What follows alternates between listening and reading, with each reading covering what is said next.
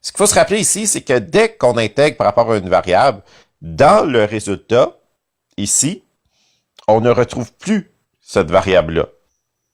Donc, vous voyez ici, y fois 41,3 ici. On a intégré par rapport à x, donc on ne retrouve plus x ici. On va finalement faire un exemple d'intégrale double définie ici. Donc, notre première intégrale qu'on va faire ici, c'est, on va intégrer par rapport à x. Donc, on se souvient bien que comment ça marche ici, c'est que on fait premièrement l'intégrale la plus à l'intérieur de notre définition d'intégrale. Donc, ça, c'est la première qu'on fait. Et la deuxième, c'est le résultat de notre première intégrale qu'on va intégrer selon la deuxième variable qui est spécifiée ici, donc qui est y, avec ces bornes d'intégration-là. Ce qui est particulier ici, c'est que dans la première intégration qu'on fait, c'est que les bornes, la borne inférieure, c'est 1, ça, il n'y a rien de sorcier, mais la borne supérieure, c'est y. Donc, on va transformer nos valeurs de x en y, et ensuite, on va intégrer par rapport à y. Je vous ai réécrit notre if, donc on garde la même expression symbolique ici, donc y fois x à la 2.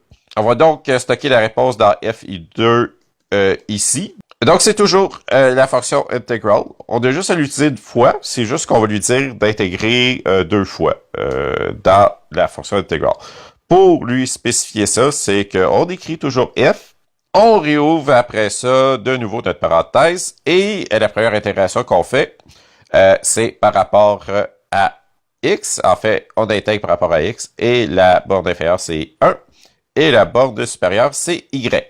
On écrit ça de même et après notre premier tuple, comme je vous ai dit, ça résulte en un tuple, on écrit de nouveau une virgule et on définit notre deuxième intégration.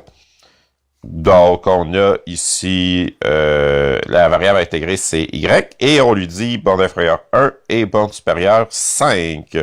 De nouveau, on écrit do it et eval f pour lui forcer à calculer. Et on va réécrire ici fi2, et on a notre réponse d'intégrale. C'est tout simple, hein? 204,26. Et voilà! Ça fait le tour de comment calculer des intégrales définies dans SymPy.